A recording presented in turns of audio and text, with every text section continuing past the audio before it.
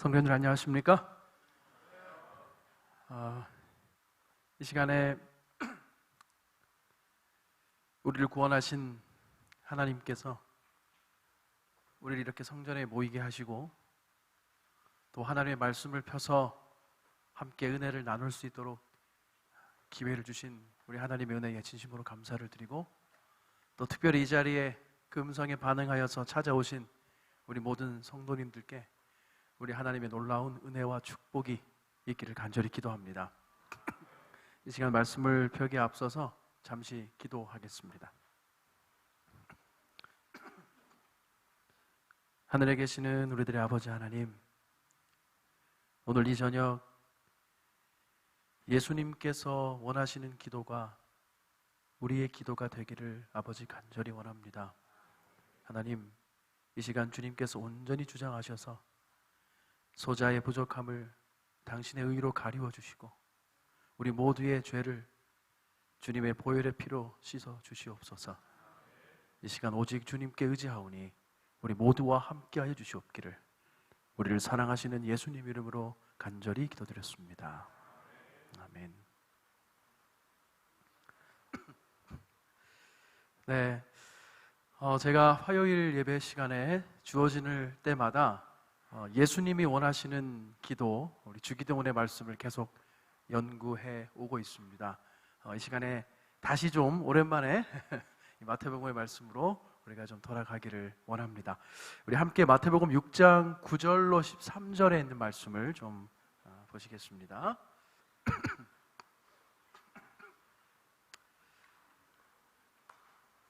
마태복음 6장 9절로 13절에 있는 말씀, 우리가 외울 만큼 잘 알고 있는 이 기도의 말씀이죠. 함께 읽겠습니다. 시작.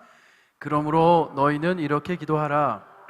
하늘에 계신 우리 아버지여, 이름이 거룩히 여김을 받으시오며 나라가 임하옵시며 뜻이 하늘에서 이루어진 것 같이 땅에서도 이루어지리이다.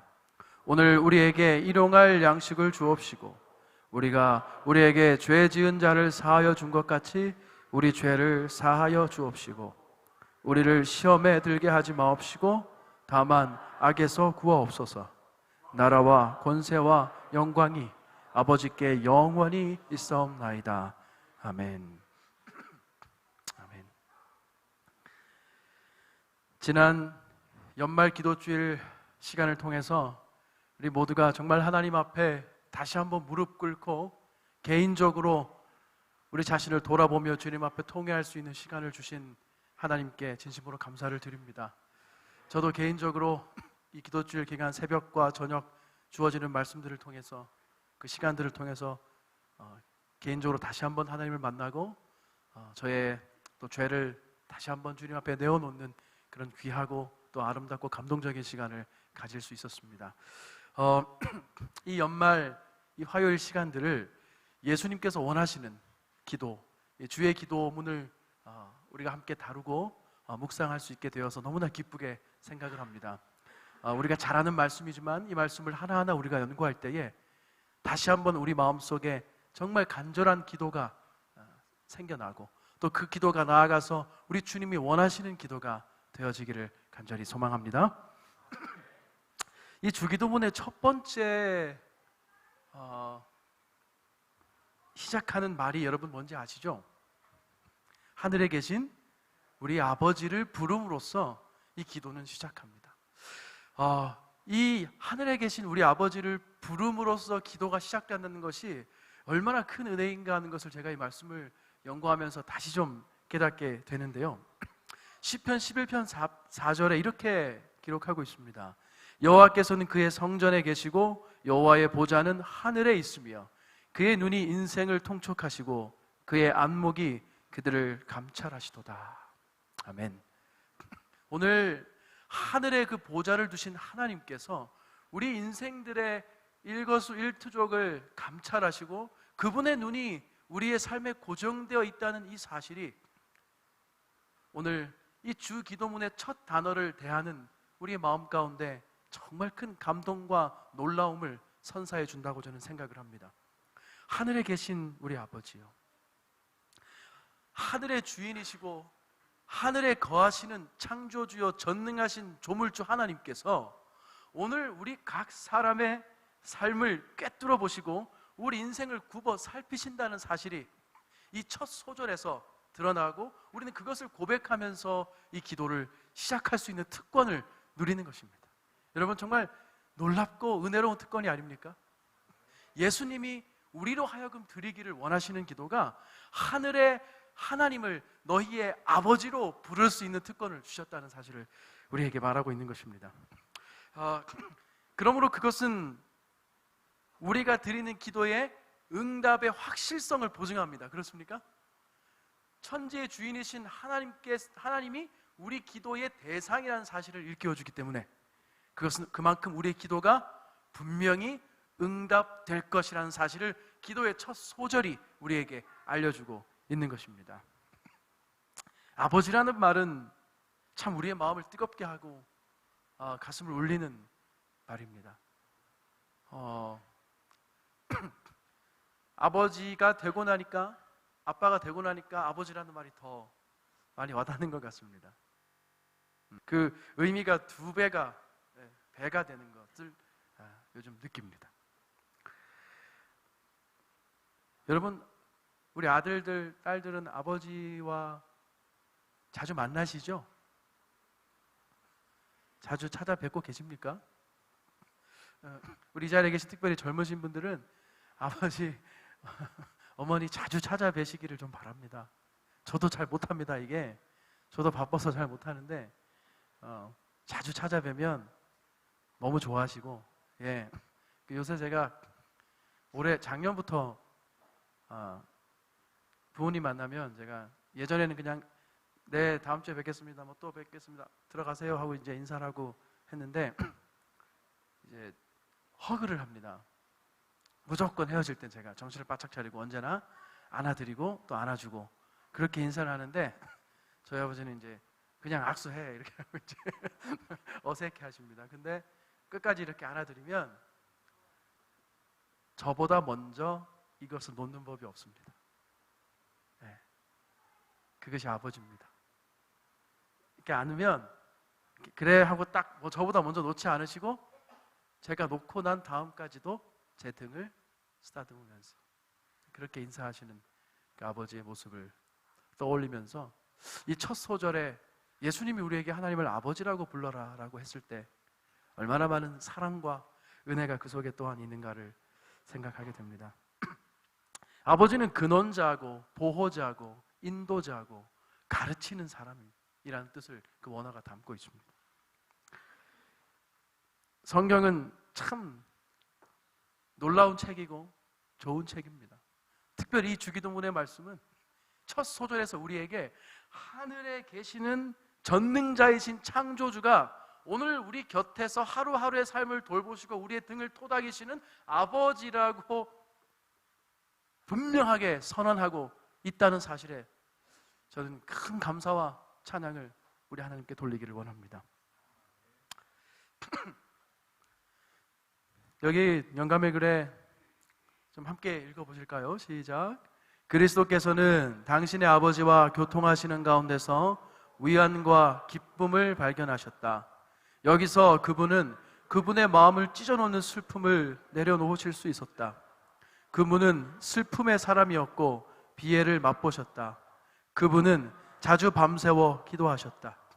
감람산은 하나님의 아들이 좋아하는 기도의 장소였다. 그는 하루 종일 지쳤지만 도시가 정적에 덮이고 제자들은 잠을 청하러 집으로 돌아갔지만 예수께서는 주무시지 않으셨다. 그들의 거룩하신 스승은 밤새워 기도하고 계셨다. 머리 숙여 기도하시는 그분 위에 밤이슬과 서리가 내렸다. 아멘. 참 좋은 말씀이죠. 우리 예수님께서 이러한 기도를 드리시면서 십자가의 길을 향해 걸어가셨고 그 결과로 우리가 이 주 기도문의 첫 소절을 우리의 기도로 가질 수 있게 된 것입니다.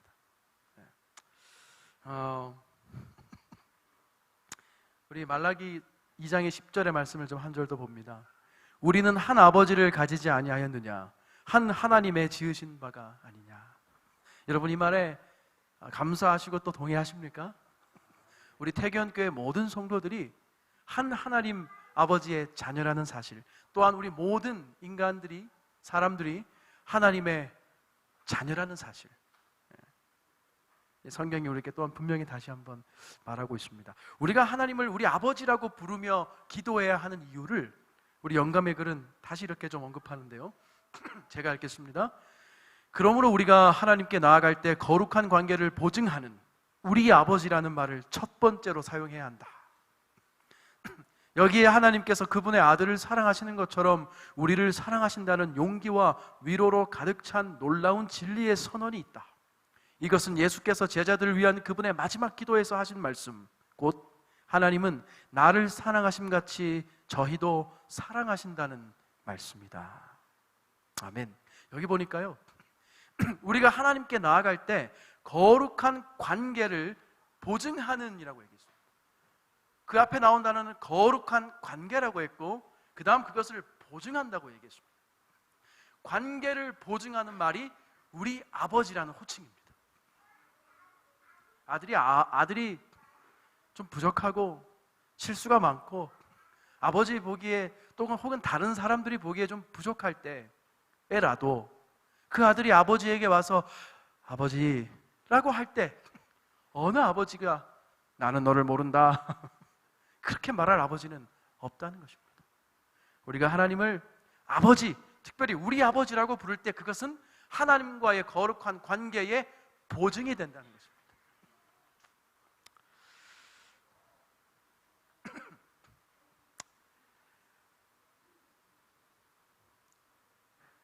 다음 절의 말씀을 마태복음에 보겠습니다. 하늘에 계신 우리 아버지여. 그 다음 처음 등장하는 기도의 이제 호칭 다음에 기도의 첫 문장이 뭐예요? 이름이 거룩히 여김을 받으시오며. 여기 이름이 나옵니다. 특별히 그분의 성품이 거룩함을 받을 수도 있고 그분의 어떤 다른 것들이 거룩함을 받을 수 있다고도 얘기할 수 있었는데, 예수님은 특별히 여기에서 그분의 이름이 거룩히 여김을 받아야 된다고 그렇게 기도하라고 말씀하신 것은 깊은 의미가 있습니다. 우리가 잘 아는 대로 창세기 5장 2절에는 예수님이 하나님이 사람에게 이름을 주시는 장면이 나옵니다. 주께서 그들을 남자와 여자로 창조하셨으며 그들이 창조되던 날에 그들에게 복을 주시며 그들의 이름을 아담이라 부르셨다. 남자 여자 통틀어서 이름이 뭐예요? 첫 이름이 아담입니다. 그러니까 남자만 아담이라고 하는 것은 좀 부족하죠. 사람 자체가 아담, 즉 흙이란 뜻입니다.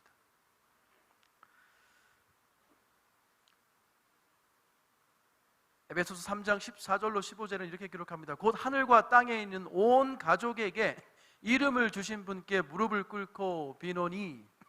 제가 이전 시간에 한번 말씀을 드렸지만 여러분과 저의 이름이 성이 같다고 말씀드렸죠? 우리 성이 뭐라고요? 아담입니다. 그러므로 우리는 한 가족이 맞습니까? 맞습니다. 제가 박건춘인데 박 앞에 붙는 성이 뭐예요? 아담, 박건춘. 하나님이 지으신 박씨 가문이라는 것입니다. 아담, 김 누구? 하나님이 지으신 김씨 가족. 아담 마이클, 하나님이 지으신 마이클 가족. 여기 뭐라고 그랬습니까? 하늘과 땅에 있는 온 가족에게 이름을 주신 분이 하나님이시다. 그 이름의 공통된 성은 아담이요. 더 나아가면 하나님이라는 것입니다. 감히 우리가 하나님의 이름을 우리의 이름으로 내리는 것이 조금 두렵습니다만, 하나님은 그분의 이름을 우리에게 주시고자 원하시는 겁니다. 사실은 그분의 거룩을 우리에게도 주시기를 원하시는 것입니다. 창세기 13장 4절에 그가 처음으로 제단을 쌓은 곳이라 그가 거기서 여호와 이름을 불렀더라. 우리가 아브라함과 야곱과 믿음의 많은 노독들이 가장 처음 했던 일은 단을 쌓고 예배를 드렸습니다. 그리고 그것이 곧 하나님, 다시 말하면 여호와의 이름을 부르는 일이었다라고 기록하고 있습니다. 우리가 우리에게 이름을 주신 창조주 하나님의 이름을 부르는 것. 다시 말하면 우리의 근원이 되시고 우리의 근본이 되시고 우리를 만드신 분의 이름을 부르는 그것이 우리의 예배와 기도의 출발이라는 것입니다. 그것을 하지 않고는 우리의 예배가 예배될 수가 없고 우리의 기도가 상달될 수가 없는 것입니다. 이러한 의미에서 기도는 예배의 시작과 끝입니다. 오늘 이 기도회에 오신 여러분들 정말 잘하셨습니다. 여러분의 삶이 정말 예배가 되는 그러한 출발이 이 기도로부터 시작된다고 오늘 성경이 우리에게 말하고 있는 것입니다. 그런데 이 하나님을 부르는 이 기도는, 하늘에 계신 우리 아버지여 라고 부를 때 이 기도는 소위 말하는 주술이나 신내림이나 그러한 신을 불러내리는 그것과는 전혀 다른 것입니다. 왜일까요? 그 대상이 아버지이기 때문에. 어느 아들이 아버지를 부르는데 아버지여 막 뛰면서 작두를 타야 아버지가 나타날까요? 혹은 어느 교회에서 하는 것처럼, 제가 알았는데 좀 잊어버렸습니다. 연습도 했어요. 이렇게 하면 이제 여러분 처음엔 주여인데 그 다음에 이렇게 끝나요. 기도합니다. 주여.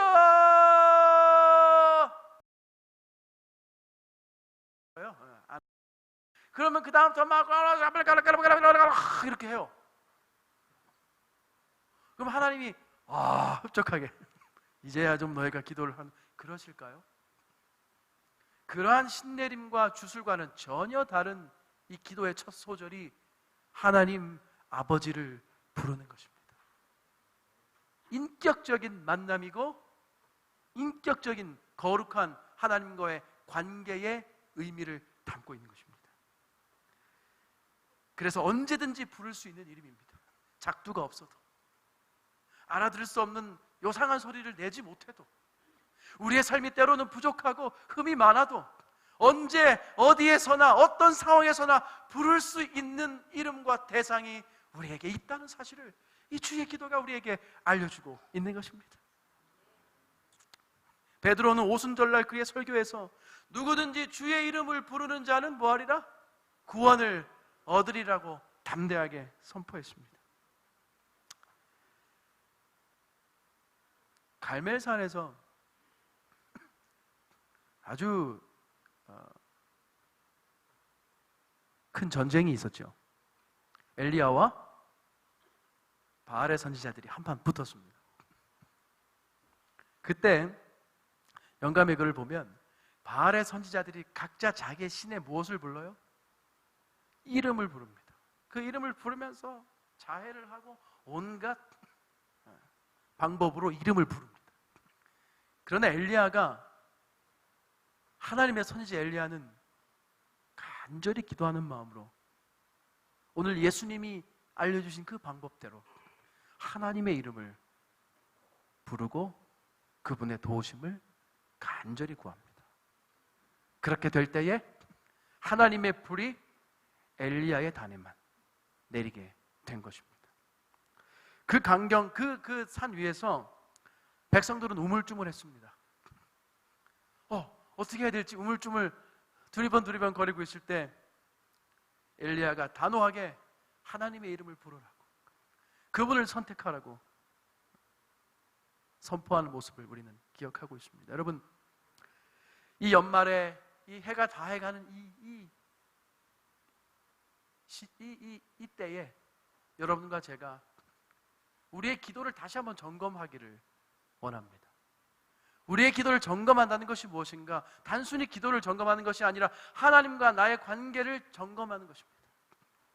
내가 정말 나의 마음속에 하나님 아버지가 살아계시는가? 나의 기도가 하나님을 기꺼이 아버지로 부르는 그러한 기도인가? 살펴보는 것입니다.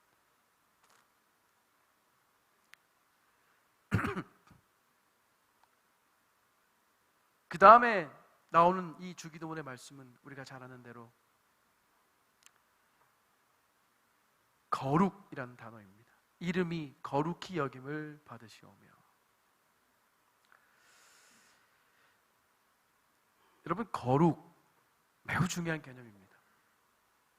우리 재림 성도들이 이 거룩이란 단어를 매우 좋아하고 또 중요하게 생각하는 단어죠.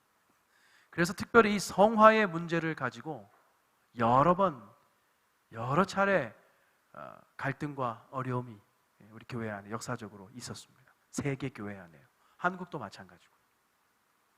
저는 이 말씀을 연구하면서 다시 한번 참 마음에 큰 은혜를 받게 되고, 또 한편으로 경각심과 또 돌아보는 시간을 좀 가지게 되었는데요.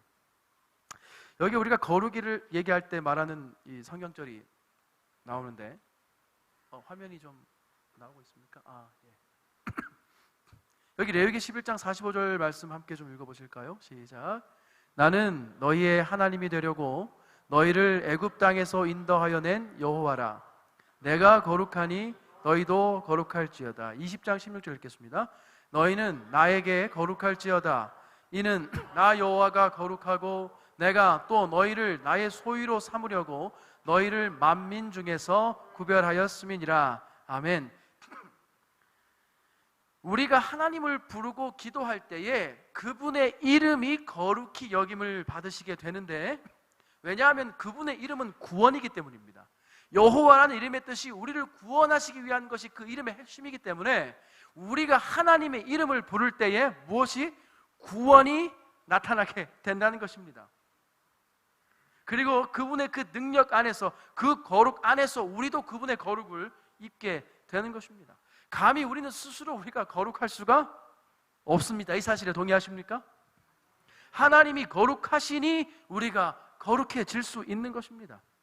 우리 아버지께서 우리를 위하여 자신을 내어주신 것이, 그 보혈의 공로가 우리도 거룩하여질 수 있는 유일한 길임을 잊지 않게 되시기를 간절히 바랍니다.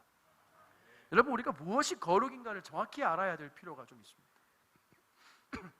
그래야만 거룩하게 되는 것, 즉 성화를 이해하고 경험하게 될 수 있습니다.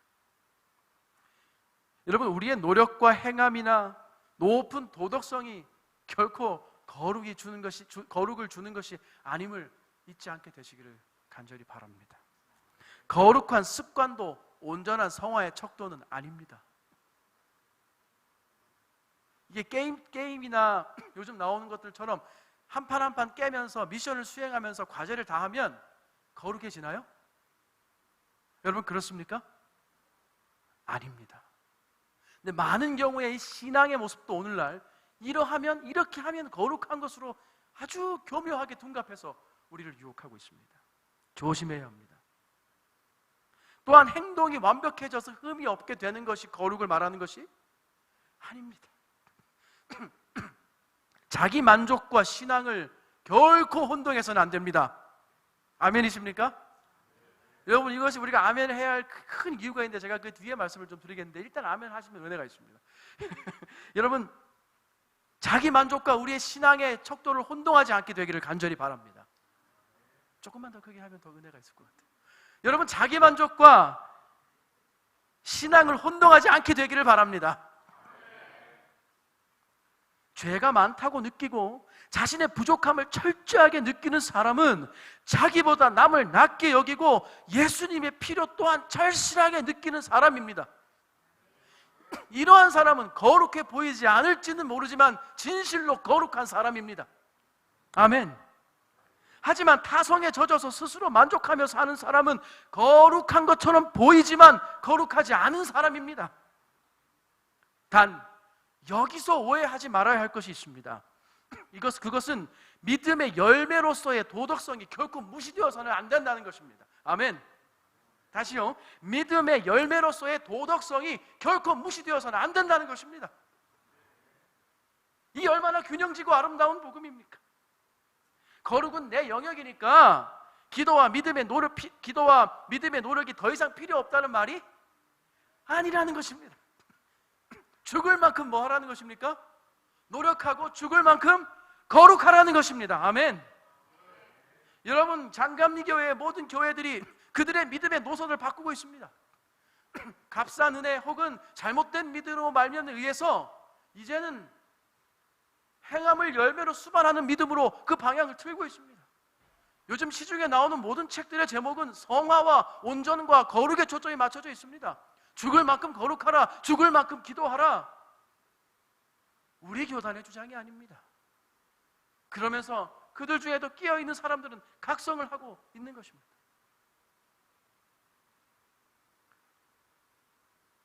예수님께서도 우리가 바리새인들과 같이 철저해야만 하늘에 갈 것이라고 말씀하셨음을 기억해야 하는 것입니다. 구원을 얻었기 때문에, 예수님이 베푸신 구원이 있기 때문에 그 행함과 순종을 가볍게 여긴다면 그것은 예수님의 십자가의 보혈의 공로를 값싸게 만들어버리는 치명적인 실수를 하게 되는 것입니다. 사랑하는 퇴견교회 성도 여러분, 죽을 만큼 거룩하고자 하는 열망을 가지게 되기를 간절히 바랍니다. 우리 재림 성도들의 삶이 잘못된 것이 아닙니다. 우리 재림 성도들이 안식일을 지키기 위하여 많은 것을 희생하고, 저희 부모님들께서 또 우리의 친구와 선배와 우리의 후배들이 온 세대에 걸쳐서 이 재림신앙을 지키기 위하여 많은 부분을 내려놓으면서 희생과 아픔과 고난을 감당하며 걸어가는 그 길이 결코 잘못된 길이 아니라는 사실입니다. 우리가 가고 있는 길이 예수님의 고난을 따라가는 길이고, 예수님의 희생을 따라 순종과 기쁨의 순종의 열매를 드리는 길이라면 그 길은 끝까지 고수해야 하는 길인 것입니다. 사랑하는 퇴교교회 성도 여러분, 하나님이 거룩하니 우리도 거룩하게 되기를 간절히 소망합니다. 이러한 의미에서 예수 그리스도의 십자가의 보혈은 우리에게 거룩함을 주시는 유일하고 분명한 길입니다. 아멘. 이러한 전체적인 의미에서 예수 그리스도의 보혈은 저와 여러분이 그분의 거룩함에 동참할 수 있게 되는 유일한 통로요, 유일한 대가가 된다는 것입니다. 함께 읽겠습니다. 시작. 이 지상 성막에서 피우는 모든 기도의 분향은 그리스도의 깨끗게 하시는 핏방울에 젖어야 한다. 하늘 아버지 앞에서 당신 자신의 공로를 담은 향로를 들고 계시는데, 주님은 이 향로 안에 성도의 기도와 찬송과 자복을 모아 담으시며 이 가운데 당신의 흠없는 의를 담으신다. 그렇게 할 때에 그리스도의 화목제물의 공로로서 향기를 풍기며 하나님 앞에 완전히 받으시는 바가 된다. 또한 그때에 은혜로운 응답이 내리게 된다. 아멘. 그 다음 나오는 주의 기도는 나라가 임하시오며입니다. 출애굽기 19장 우리가 잘 아는 말씀에 보면 너희가 내게 대하여 제사장 나라가 되며 거룩한 백성이 되리라 이렇게 기록하죠. 이 말씀은 신약에 와서도 베드로전서 2장에서 그대로 나타납니다. 너희는 택하신 족속이요 왕같은 제사장들이요 거룩한 나라요 그의 소유가 된 백성이니 이는 너희를 어두운 데서 불러내어 그의 기이하신 빛에 들어가게 하신 이의 아름다운 덕을 선포하게 하려 하심이라. 아멘. 여러분, 이 주의 기도문은, 예수님이 우리에게 원하시는 기도는 우리가 하나님 나라의 거룩한 백성임을 일깨워주는 기도입니다. 우리에게는 그러한 공로와 자격이 전혀 없지만 우리가 감히 예수님의 직분인 제사장의 직분을 감당하게 함께 공유하게 된다고 하는 축복의 허락이 이 기도 가운데 들어 있는 것입니다. 여러분, 한 사람이 세상의 욕심을 버리려고 산에 들어갔습니다. 산에 들어가 보신 분 계십니까? 산에 들어가서 이 사람이 기도를 하는데 마음을 단단히 먹고 세상의 모든 유혹을 물리치려고 기도를 시작했습니다. 그때 마귀가 나타나서 기도를 중단하도록 이 사람을 유혹합니다. 여기서 그만하면 네 아들과 딸을 하버드 대학에 보내줄게. 솔깃합니까? 여기서 그만하면 강남 최고급 아파트를 가질 수 있게 해줄게. 그래도 이 사람은 절대 흔들리지 않았습니다. 굳게 마음먹은 그는 단호하게 그 유혹을 거절했습니다. 그때 던진 마귀의 회심의 한마디, 너한테 준다는 거 네 가장 친한 친구에게 줘도 되지? 결국 그 사람은 기도를 바로 중단하고 그 유혹에 굴복했다고 합니다. 가정과 교회가 작은 천국이 되는 길은 아버지의 뜻을 따라 사는 길입니다. 내 뜻이 아니라, 내 만족이 아니라 아버지 하나님의 뜻과 그분의 기쁨을 찾아 가는 것이 옳은 길이라는 것입니다. 요즘 많은 경우에 자기 만족이 신앙의 중심이 되는 것 같습니다. 그렇게 되면 자꾸 하나님을 나에게 맞추려고 합니다. 교회를 나에게 맞추려고 합니다. 요즘 처치 쇼퍼들이 생기지 않습니까? 교회 쇼핑하는 사람들 쭉 한 바퀴 돌고, 여기가 가장 쇼핑할 만하다, 그 교회를 택하는 것입니다. 물론 그러한 문화적 현실과 그런 필요들을 우리가 무시할 수 없습니다. 왜냐하면 교회는 모든 필요를 공급해야 할 책임을 또한 갖고 있기 때문에 우리는 성도들이, 또 구도자들이 가지고 있는 모든 필요를 채우기 위해 최선을 다해야 합니다. 그러나 신자의 기본 자세는 그러한 것이 아닙니다. 자기의 만족을 채우는 것이 신앙의 본질이 아니라는 것입니다.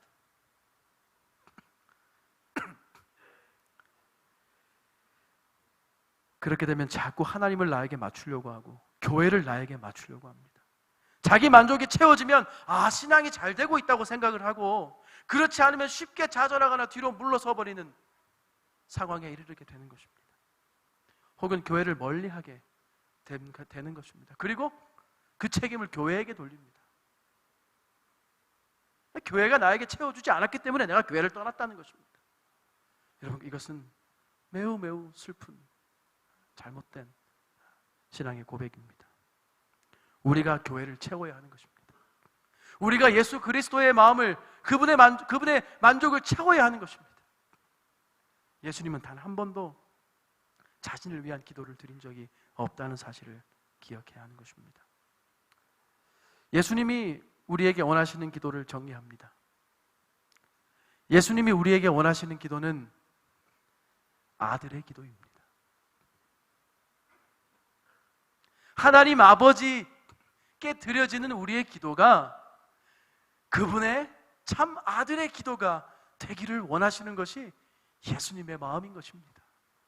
여러분, 우리 삶의 모든 기도가, 또 기도로서의 우리 삶이 아들의 기도가 되기를 간절히 소망합니다.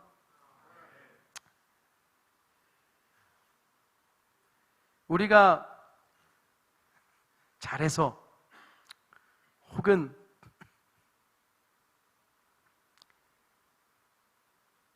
많은 기도가 있죠. 연말 기도주일, 새벽 기도, 또 새벽 기도만 있는 게 아니라 특별 새벽 기도도 있고, 금식 기도, 철야 기도, 산상 기도, 수능 기도, 매일의 기도, 또 이 화요 기도회, 다 좋고 너무너무 귀한 것입니다. 그런데 사실 하나님은 우리의 필요를 이미 다 아시고 계시는 아버지입니다. 그래서 기도를 할 필요가 없다는 뜻이 아니라,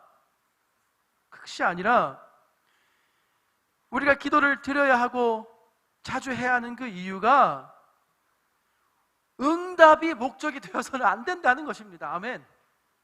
여러분과 저의 기도의 목적이 응답이 되어서는 안 된다는 것입니다. 아들이 아버지를 사랑하는 마음으로 드리는 대화가 우리의 기도가 되어야 한다는 것입니다. 여러분과 오늘 제가 드리는 이 기도가 응답을 바라여 매어 달리는 기도가 아니라 하나님을 사랑하여 간절히 고백하는 대화가 되어야 한다는 것입니다.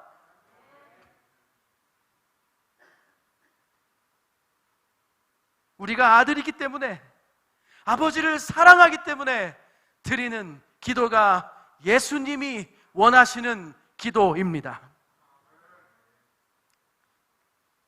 저는 말씀을 마치면서 이 말씀을 좀 나누기 원합니다. 예수님께서는 우리가 잃어버린 상태에 놓여 있는 동안에는 천국을 바람직한 곳으로 여기지 않으셨다. 이것이 하나님의 뜻을 우리에게 잘 보여줍니다. 잃어버린 자를 찾아 구원하는 것이 하나님의 뜻이고, 그것이 주기도문에 나타난 하나님의 마음의 본체라는 것입니다. 여러분과 저 모든 잃어버린 인류를 구원하시는 것이 하나님의 뜻이고, 우리의 기도가 그 뜻을 이루는, 따르는 기도가 되어야 한다고 예수님이 말씀하시는 것입니다. 사랑하는 퇴계연교회 성도 여러분, 오늘 기도를 통해서 우리와 하나님 사이에 다시 한번 연합이 있게 되기를 간절히 소망합니다. 하나님과 우리의 관계가 다시 한번 회복되기를 간절히 소망합니다. 올해가 가기 전에 우리의 기도가 하나님 아버지를 사랑하는 아들의 기도로 거듭나게 되기를 간절히 소망하는 것입니다. 예수님이 원하시는 기도, 아버지를 사랑하는 아들의 겸손한 기도가, 친밀한 기도가 저와 여러분의 기도가 되기를 간절히 소망하면서 이 시간 말씀을 줄이겠습니다.